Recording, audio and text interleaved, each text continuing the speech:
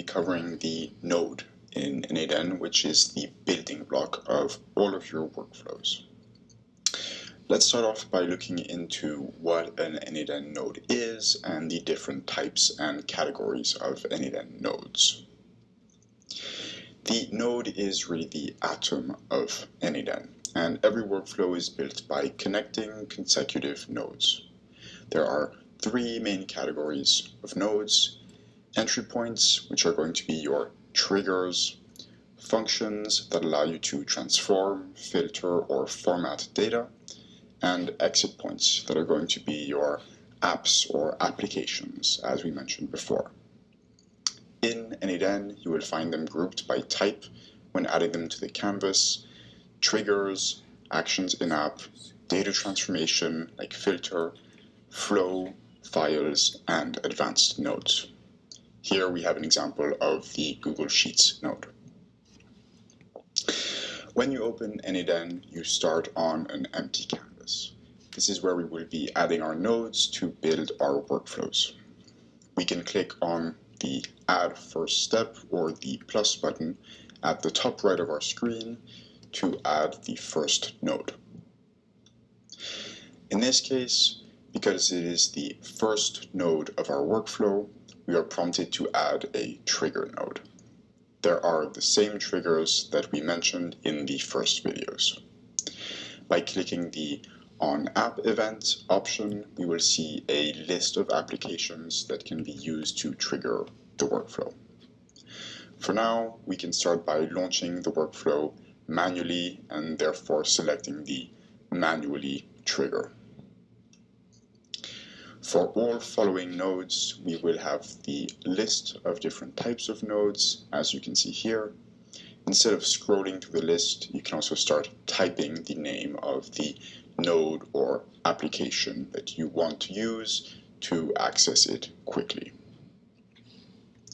When selecting the node, you will sometimes be prompted to pick a specific action from the list of available options. This is also called the operation. Here we can see the Google Sheets node has different actions that are possible, such as append or update row, clear sheet, create sheet, delete sheet, etc. Once the node is on the canvas, you will be able to access its settings. We can click the play button to execute the node, as well as common options like duplicating, renaming, deleting, etc. Double-clicking the node will open its settings. This is where we can set up the node for execution. There are two types of configurations: the parameters, which are the default view when double-clicking on a node.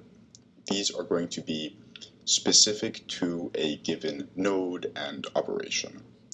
For example, selecting which spreadsheet and sheet we want to read data from when we select the Get Rows operation in Google Sheets, as you can see here. The gear on the top right gives us access to advanced settings that are node independent, like notes or visuals and execution settings. We will cover these in the advanced course. At the top of the parameters for each app node, there will be an option to set your credentials. This is a very important concept to understand. This setting is how we authenticate to different applications and services, as mentioned in the APIs and webhooks video.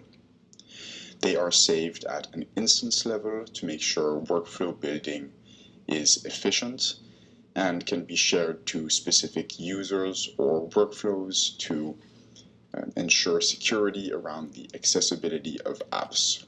You can prevent specific people from having access to specific credentials.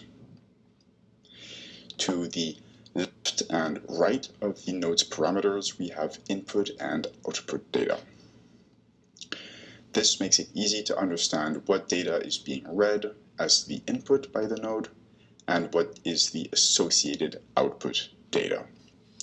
Using an example Google Sheet, we can see three main views: This is going to be the table view with the different columns and values associated.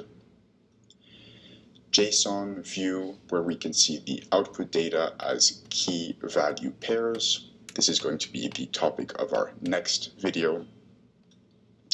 And schema view, where we can see all the different keys from the input and an example of corresponding values. Let's jump into N8N and see what all of this looks like. Here we are in N8N, and we can see an empty canvas for our workflow. Just as we saw in the slides, let's run through adding a Google Sheet, reading its data, and looking through the different views in N8N. So here we have a Google Sheet that contains demo data. We have a column with first names, a column with last names, emails, and company names. We can also see here that we have two sheets, one sheet named data and one sheet with company info. In N8N, we can click add first step, and as mentioned in the video, choose to trigger this workflow manually. From here, we can either, using the plus button up here, select the next node, or clicking the plus button here, we can add a node that is connected automatically to this trigger. Here I can choose action in app and look for Google Sheets, but it would be faster if we just type Google Sheets. When I click on Google Sheets, I have access to all of the different actions and triggers associated. In this case, we're going to get a row in the sheet, get one or multiple rows in the sheet, because we want to read data from the Google Sheet. Here, we can see that I already have a credential that is set up. These are, as mentioned earlier, saved at an instance level, but let me just create a new one for the example. If I create a new credential, I can choose to use OAuth or a service account. In this case, OAuth will allow me to very easily and quickly connect and read data from this sheet. So here, I'm going to sign in with Google.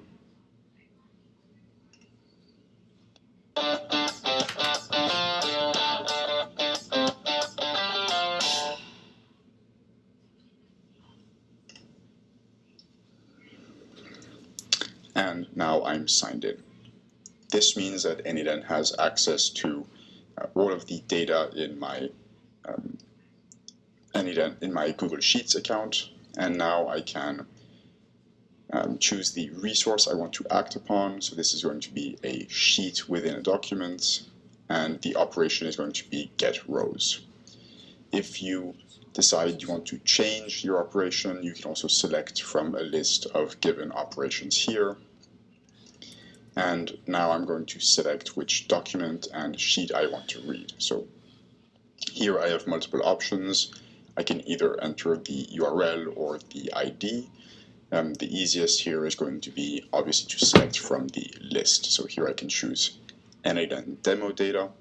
And then from, again, the list of sheets, I have the data sheet and the company info sheet. So I'm going to select the data and execute the node. Here we can see to the right we have all of the information from the Google Sheet, as well as a column that contains data on the row number. All of the information that was in the sheet is now available here in N8N. Fields that did not have values are going to be empty. This is, as we saw earlier, the table view, which is going to be very useful when reading Google Sheets. We also have the JSON view with each line corresponding to one JSON here. Again, we'll cover JSONs in our next video. And the schema view, as mentioned earlier. From here, we can also access the node settings. As mentioned a little bit earlier, these are going to be node independent, so whichever node you are accessing these settings of, these will always be the same. We have settings that depend on what the type of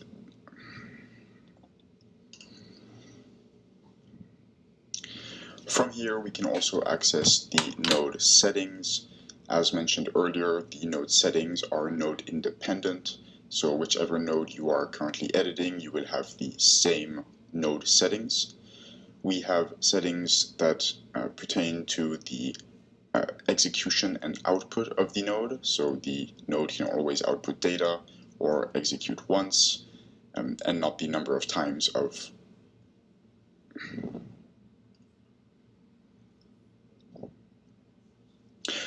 From here, we can also access the node settings.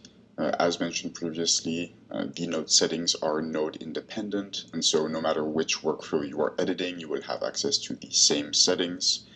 So these settings have to do with the node execution or output. So here we can always output data or decide to only execute once. Also, retry on fail. This can be very useful when using apps that behind the scenes actually use APIs. And then we have error settings. What do we do in case of an error? Notes, and if we want to display notes in the flow. Adding a note to explain what the workflow does helps a lot when trying to understand workflows. Here, under the sheet settings, we have additional options. So I could decide, for example, to filter if I want the email to be a specific value or the first name to be a specific value. And we have additional options such as data location, output formatting, or how to deal with filter that has multiple matches. Many nodes are going to have additional settings that are available here at the bottom, additional filters or options, for example. Here we can also see the input data, which in this case is going to be empty because we are using the when clicking test workflow. But when we're going to be building our workflows, to the left we're going to have our input data in, again, the table, JSON, or schema view, and to the right we're going to have our output data. Thank you for listening to the third video of the N8N beginner course, where we covered nodes and how to use them.